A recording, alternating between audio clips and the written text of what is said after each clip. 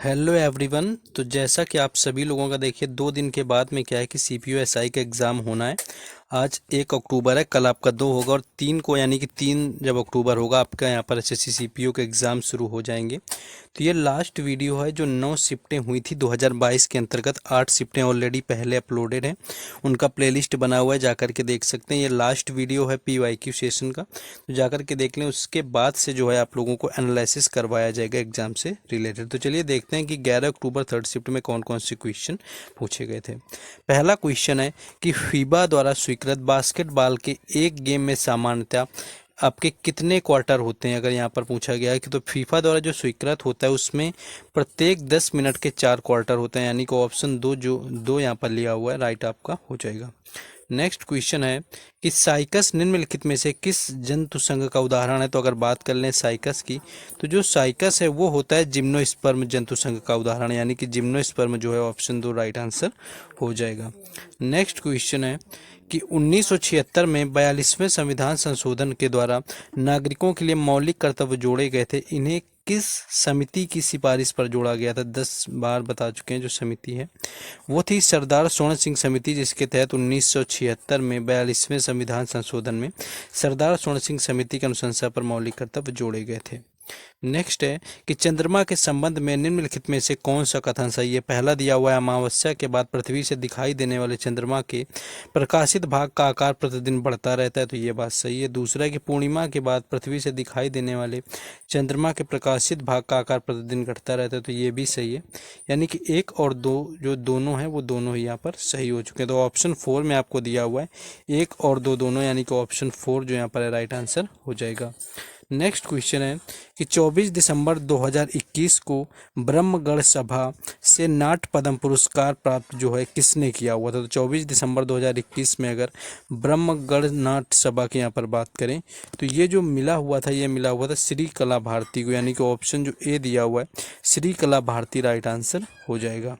Next question आगे है, कई स्थानों पर भौम जल स्तर के नीचे कठोर चट्टान की परतों के बीच में जमा हो जाता है, इसे किस रूप में जाना जाता है। तो देखिए जो कठोर चट्टानों के नीचे जमा हो जाता है वो जलभृत कहा जाता है, यानी कि ऑप्शन 3 जो है यहाँ पर राइट आंसर हो जाएगा। नेक्स्ट क्वेश्चन आगे है कि क्षार धातुओं के संबंध में निम्नलिखित में से कौन सा कथन सही नहीं है। तो देखिए पहला यहाँ पर आपका दिया हुआ है कि सभी क्षार धातुएं चांदी जैसी सफ़ेद मुलायम और हल्की होती हैं। दूसरा है सभी क्षार धातुओं की संयोजकता इलेक्ट्रॉन होते हैं। दूसरा है कि सभी क्षार धातुओं को रूप में जाना जाता है और क्षार धातुओं की इंथैल्पी काफ़ी कम होती है और समूह से नीचे जाने पर घटती है। तो यहाँ पर ऑप्शन जो 2 दिया है आपका राइट आंसर हो जाएगा, यानी कि जो 2 संयोजकता इलेक्ट्रॉन नहीं होते हैं आपको पूछा गया था। नेक्स्ट है भारत में हवाई परिवहन की शुरुआत 1911 में कब किस 2 स्थानों के बीच में हुई। देखिए जो रेलवे शुरू हुआ था 1853 में मुंबई से थाने के बीच में शुरू हुआ था। हवाई परिवहन की बात करें तो ये था इलाहाबाद से नैनी के बीच में, यानी कि ऑप्शन 4 जो दिया है राइट आंसर हो जाएगा। नेक्स्ट क्वेश्चन आगे है, निम्नलिखित में से कौन सा युद्ध दक्षिण भारत से होते हुए बंगाल तक फैल गया था। इस युद्ध में रॉबर्ट क्लाइव के नेतृत्व में ब्रिटिश सेना ने नवाब सिराजुद्दौला से लड़ाई की हुई थी। तो देखिए ये था आपका 1757 का प्लासी का युद्ध, यानी ऑप्शन 2 राइट हो जाएगा, जिसमें कि सिराजुद्दौला और रॉबर्ट क्लाइव के बीच में लड़ा गया था। नेक्स्ट है कि अंबेडकर द्वारा मंदिर प्रवेश आंदोलन किस वर्ष शुरू किया गया था। तो अगर अंबेडकर की बात करें तो मंदिर प्रवेश जो आंदोलन है इन्होंने शुरू किया था 1927 में, यानी कि ऑप्शन 3 आपका राइट आंसर हो जाएगा।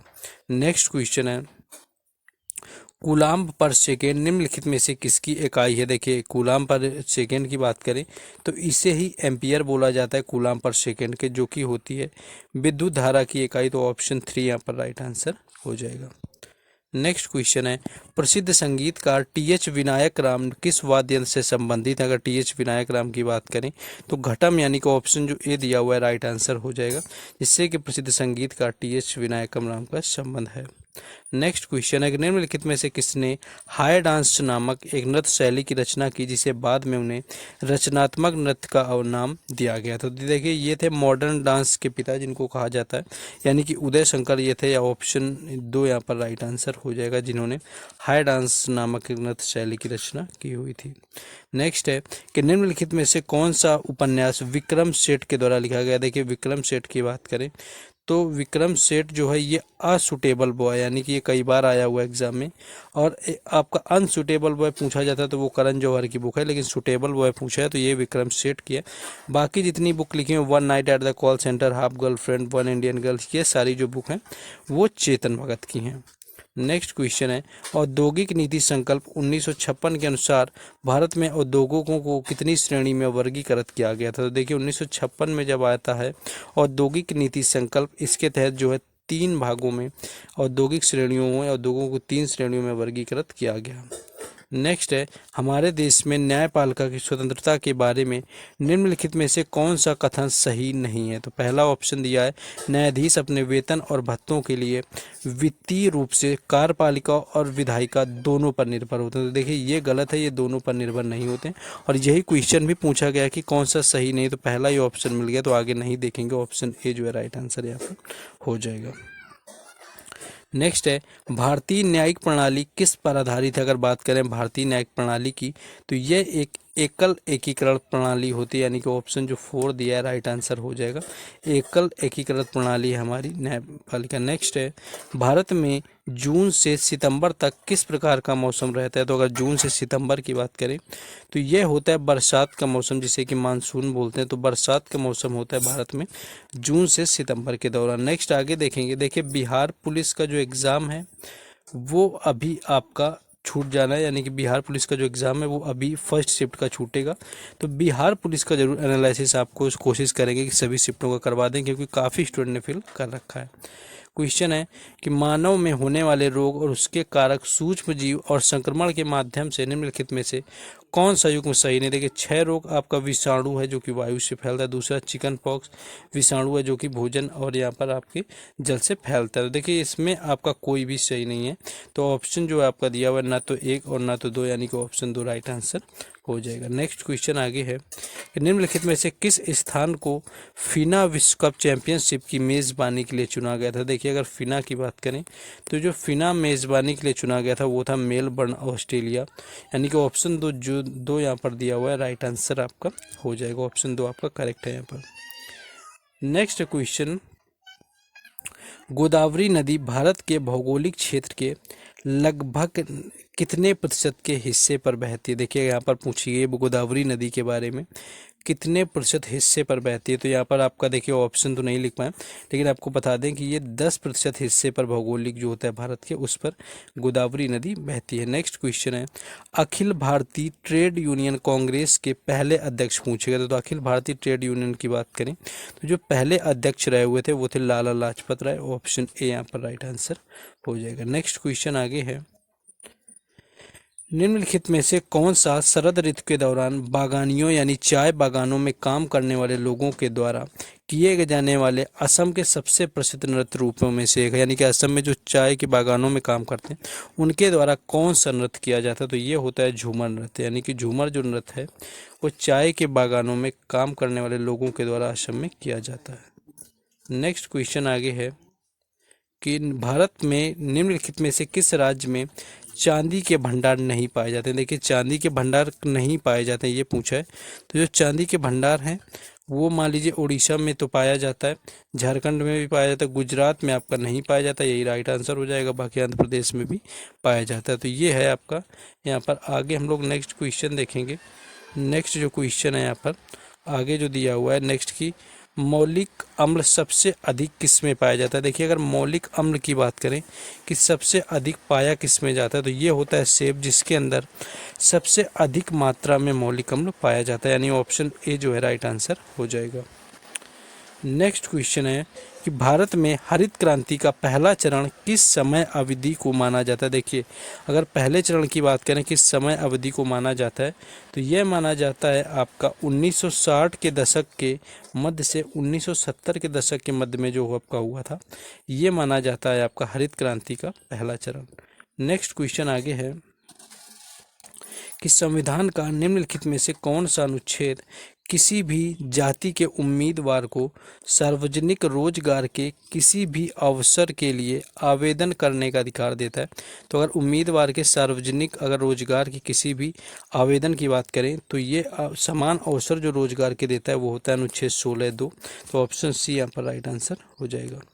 नेक्स्ट क्वेश्चन है, भारतीय संविधान ने एकल नागरिकता और सरकार की संसदीय प्रणाली की विशेषता किस देश के संविधान से ली है। तो देखिए, अगर एकल नागरिकता और संसदीय प्रणाली की बात करें तो ये सब कुछ लिया गया यूनाइटेड किंगडम यानी कि यूके से। तो ऑप्शन 3 यानी कि सी राइट आंसर हो जाएगा। नेक्स्ट क्वेश्चन है, रासायनिक तत्वों में उनके प्रतीकों का निम्नलिखित में से कौन सा यहाँ पर युग्म जो है गलत। देखिए, आयोडीन का आई दिया है सही है, पोटेशियम का पी दिया है यही गलत है, तो यही राइट आंसर हो जाएगा क्योंकि पोटेशियम का जो प्रतीक होता है वो के होता है, फास्फोरस आपका पी है और लोहा जो है एफ है, दोनों सही लिखे, पोटेशियम का यहाँ पर गलत लिखा हुआ है। नेक्स्ट है कि खनिज और उसकी आवश्यकता को निम्नलिखित में से कौन से युग्म सही नहीं है। देखिए, पहला लिखा है आयरन, आयरन क्या होता है हीमोग्लोबिन के निर्माण के लिए, दूसरा है तो ये तो सही है यहाँ पर, दूसरा सोडियम थायराइड की उचित क्रियाशील के लिए, ये गलत है। तो यहाँ पर केवल ऑप्शन जो ए दिया हुआ है यानी कि पहला जो ऑप्शन है वो आपका यहाँ पर सही है, यानी कि ऑप्शन 4 जो दिया है ए राइट आंसर हो जाएगा। नेक्स्ट क्वेश्चन है, लक्ष्मी प्रिया महापात्रा भारत के निम्नलिखित किस शास्त्रीय नृत्यों से संबंधित हैं। देखिए, लक्ष्मी प्रिया की बात करें तो जब भी महापात्रा दिया होता है तो इसमें जो राइट आंसर होता है वो हो जाता है ओडिसी, यानी कि ऑप्शन 3 राइट आंसर हो जाएगा। नेक्स्ट क्वेश्चन है, एमाइलेज एंजाइम कहाँ पर पाया जाता है। देखिए, एमाइलेज एंजाइम की बात करें तो ये मानव की लार में यानी कि लार में पाया जाता है, ऑप्शन ए राइट आंसर हो जाएगा। नेक्स्ट क्वेश्चन है कि भारत का राष्ट्रीय गीत वंदे मातरम बंकिम चंद्र चट्टोपाध्याय के द्वारा लिखित किस उपन्यास से लिया गया, यानी कि जो बंकिम चंद्र चटर्जी का वंदे मातरम है इनके किस उपन्यास से लिया गया। तो ये उपन्यास का नाम है आनंद बट, यानी कि ऑप्शन 4 जो है राइट आंसर यहाँ पर हो जाएगा। नेक्स्ट क्वेश्चन आगे दिया हुआ है, कॉमनवेल्थ गेम का आयोजन किसके द्वारा किया जाता है। देखिए, अगर कॉमनवेल्थ गेम यानी कि राष्ट्रमंडल खेलों की बात करें तो ये किए जाते हैं राष्ट्रमंडल खेल संघ के द्वारा, यानी कि ऑप्शन 4 जो है राइट आंसर यहाँ पर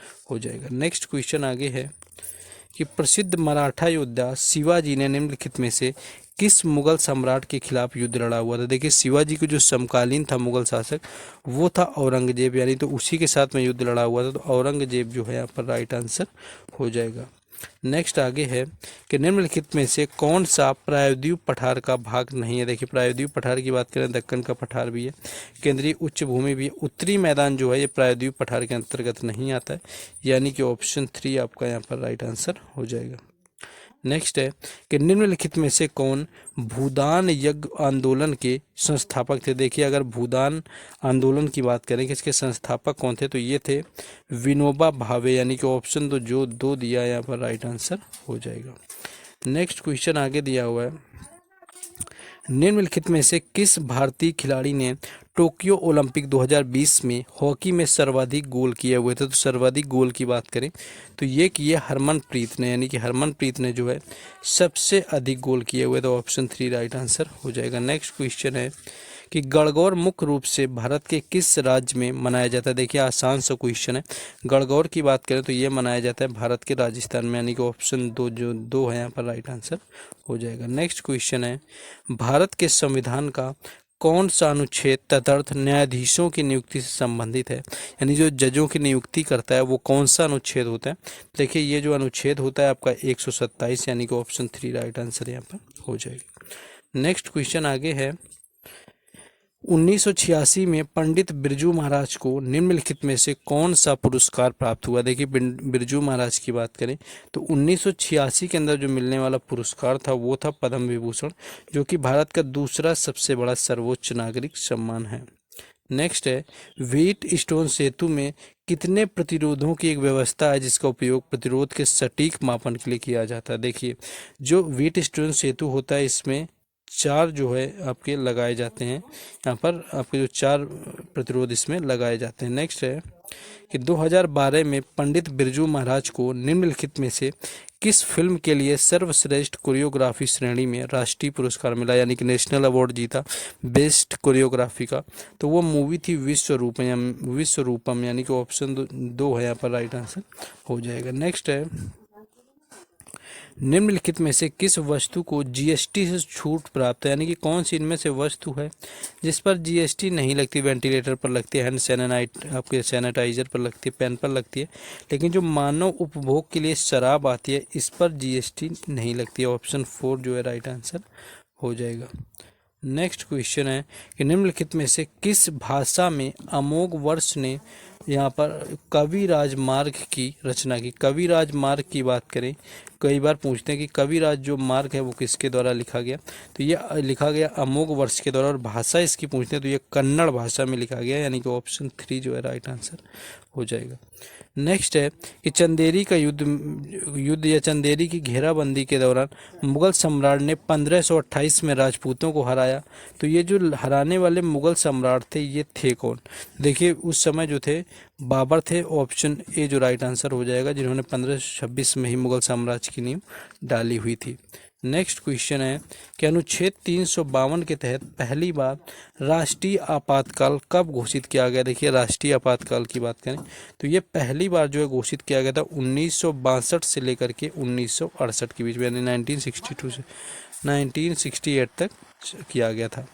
नेक्स्ट आगे क्वेश्चन है कि भारतीय रिजर्व बैंक के द्वारा जारी किए गए दिशा निर्देश के अनुसार एक आपके NBSP माइनस MFI को निवल परिसंपत्तियों का कम से कम कितना अर्थकारी परिसंपत्तियों के रूप में बनाए रखते हैं? तो यहाँ पर भी देखिए ऑप्शन आपके गायब हो गए। ये एक दिन पहले भी रिपीटेड क्वेश्चन आ चुका है कि जो आपका NBFC है, इससे जो MFI होता है ये कितने प्रतिशत होता है? तो ये 15% होता है। इससे पहले भी अभी एक दिन शिफ्ट में आया हुआ था क्वेश्चन। नेक्स्ट है कि कहाँ के लोग अत्यधिक तापमान और मौसमी परिवर्तन को शायद ही महसूस कर पाए? तो लखनऊ में तो वैसा ही रहता है, मुंबई ऐसा होता है जहाँ पर अधिक तापमान नहीं रहता है, तो वहाँ पर अधिक तापमान महसूस नहीं कर सकते हैं।